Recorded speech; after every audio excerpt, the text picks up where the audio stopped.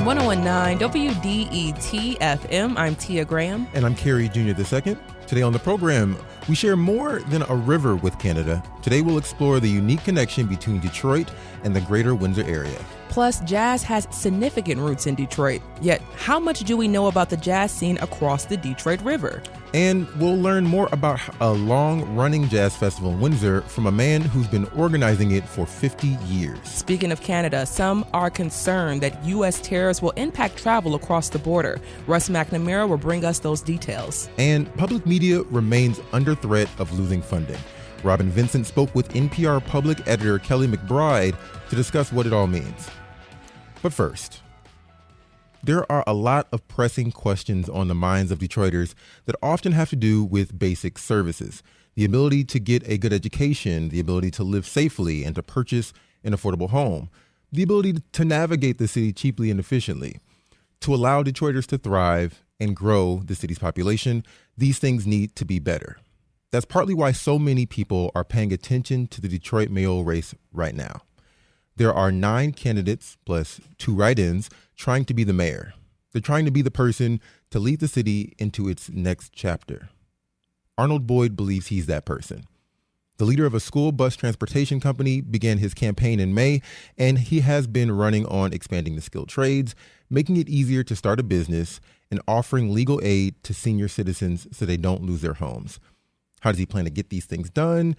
And more. He's here to discuss it now. Arnold Boyd, welcome to the Metro. Thank you. Thank you for having me. I'm going to slide over here so I can see your face. So let's get to start this conversation. Why are you running for mayor? I'm running for mayor because I feel the city, all too often, we vote for people that have name recognition or people that are career politicians. It's time for the city to vote for people that come from their own, people that's been through stuff like members of the city have been through stuff. And so when you were deciding to run, like what was the spark that made you say, okay, you know what, I need to enter this race? I was looking at the potential candidates, and I said, to me, it feels like more of the same. We need to get candidates that are about the people in the communities, and I just don't see that happening. Because you jumped in around May, right? Yeah, I jumped in a little bit before May, because I was a write-in candidate, that's when I had to turn the paperwork in. Okay, and that was around that time where you were like, I don't see someone who I think needs to represent the city the way I can. Correct. Okay. Your signs have read, a big man with a big plan for the city of Detroit. What is included in those plans?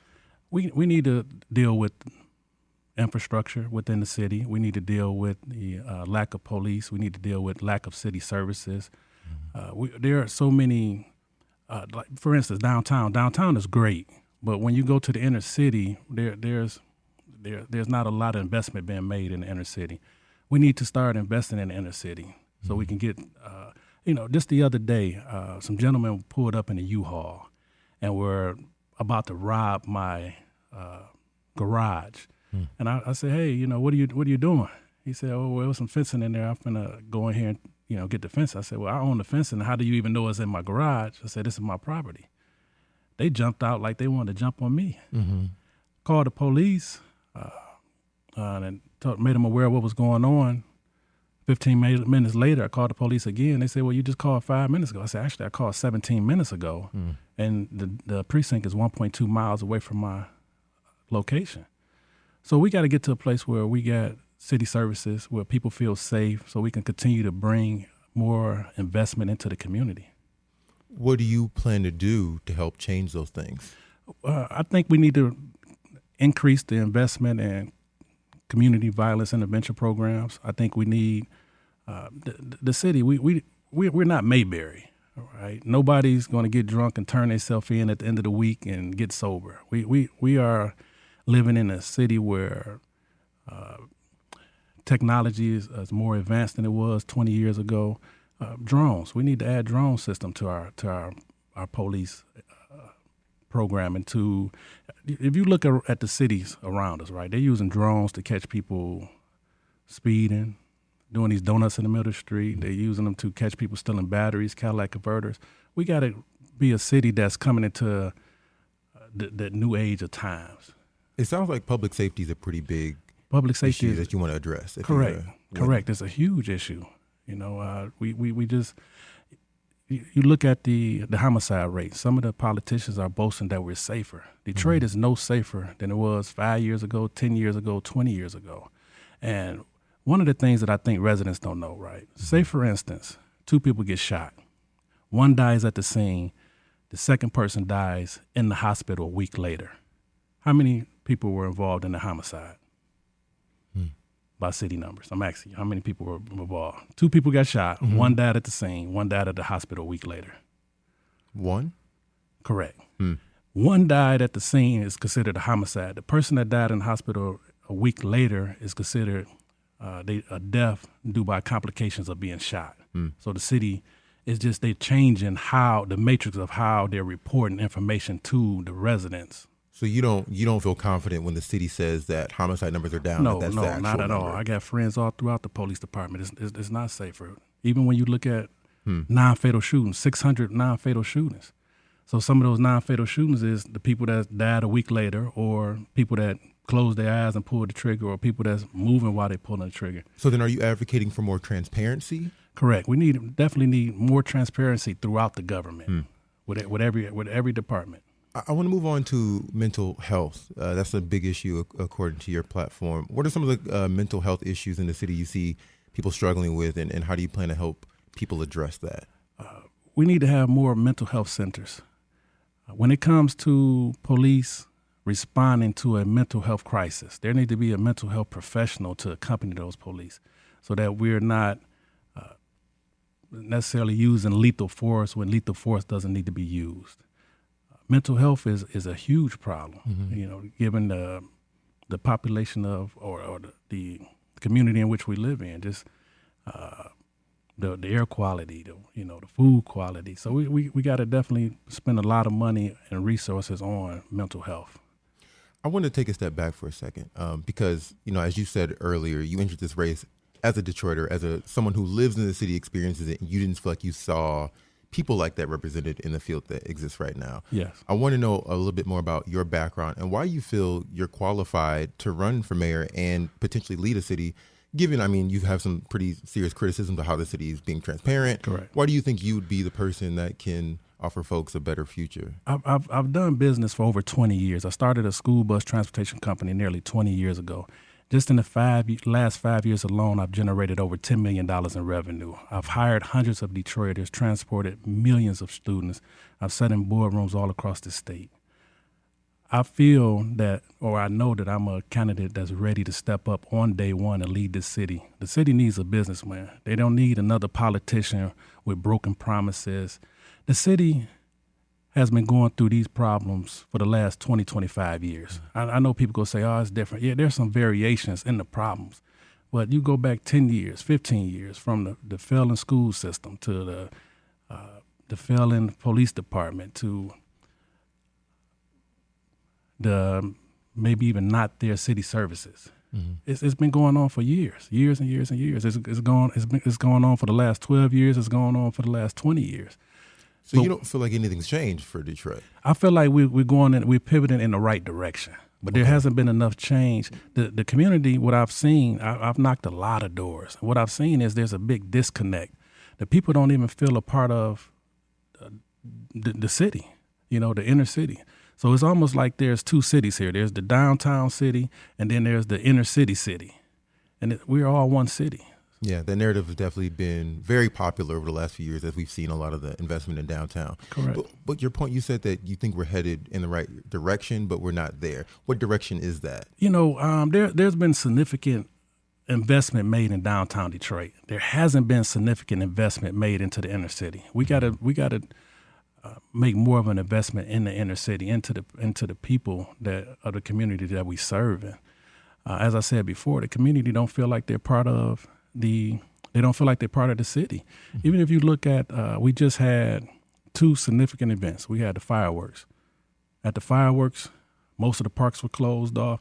I was looking down the street because I was on the rooftop, and it looked like some of the people couldn't even come across Jefferson, right? They were blocked off. But when you look at the Grand Prix, every park was open, the city was open, and I'm not a fan of the Grand Prix. I never watched the Grand Prix, but I watched the fireworks. Even as a kid growing up, the fireworks are near and dear to my heart. So it's like, who are we entertaining with these different programs that we're bringing to the city? That is a sentiment that I've heard a lot of Detroiters echo, specifically with the fireworks as well. Yeah. And so for you, it sounds like it's something that you want to address if you were to run for mayor. Yeah. I want to reset here. You're listening to The Metro on WDET. I'm Kerry Jr. II. We're speaking with Arnold Boyd.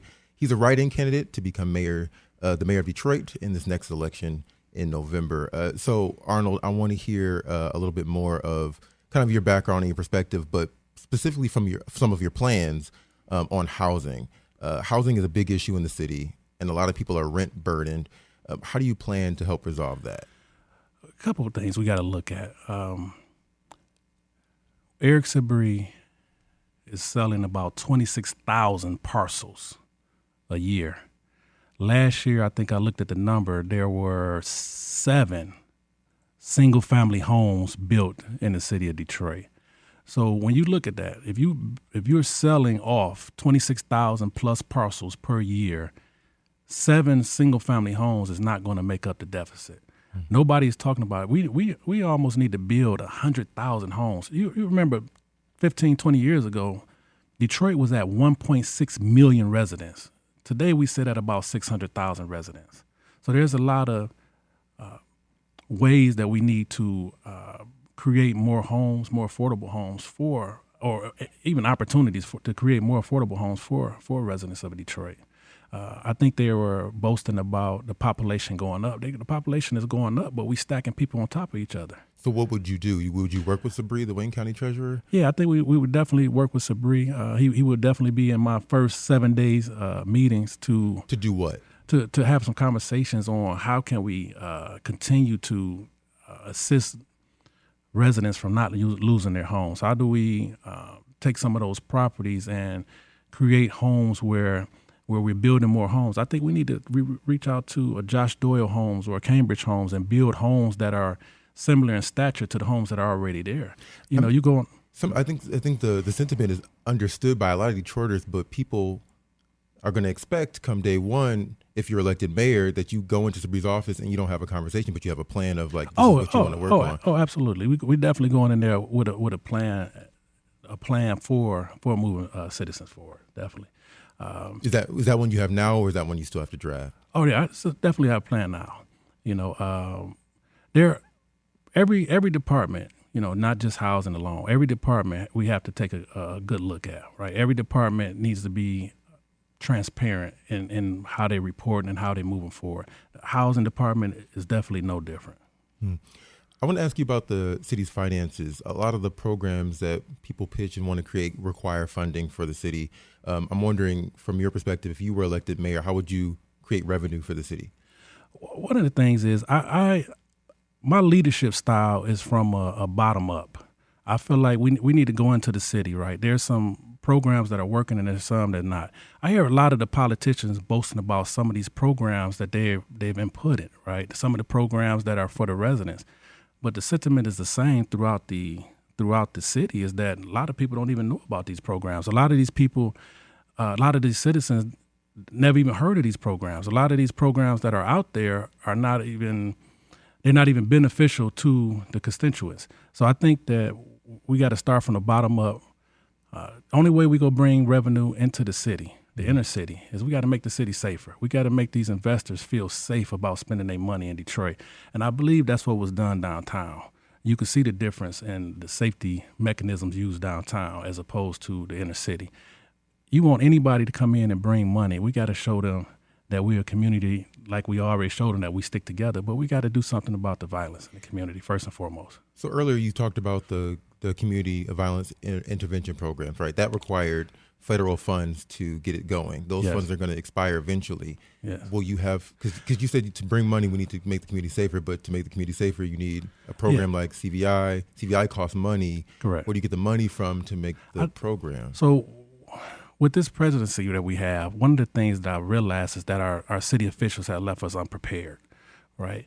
We have to get to a place, if you know anything about Coleman Young, right? He gave us three things. Mm-hmm. People that work for the city should live in the city. Mm. we should keep ownership of the power, and we should keep ownership of the water. We've lost all three. I've traveled to Troy, to Livonia, Farmington Hills, and you'll see a DPS squad car, sitting in those cities. How much safer would Detroit be if squad cars were scattered all throughout the city of Detroit? Now you don't have these zones that they call in these, I don't even want to say it and give it no airtime, but there are gangs that are rising within the city that need to be dismantled. So it sounds sorry to cut you off here because we are running up on our segment. I apologize. But it sounds like what you're wanting to do is increase some police presence in the city, if I could keep it succinct. Yes, is that right? Yes. Okay, great. I think we need to increase police presence, and we need to amp up our community intervention programs. Sounds good. All right. Thank you for joining us, Arnold Boyd. Arnold Boyd, he's a write-in candidate to become Detroit's next mayor. Appreciate you joining us on the show. Sorry for cutting you off. I know you had a tight time. Yeah, that's okay. Thank you for having me.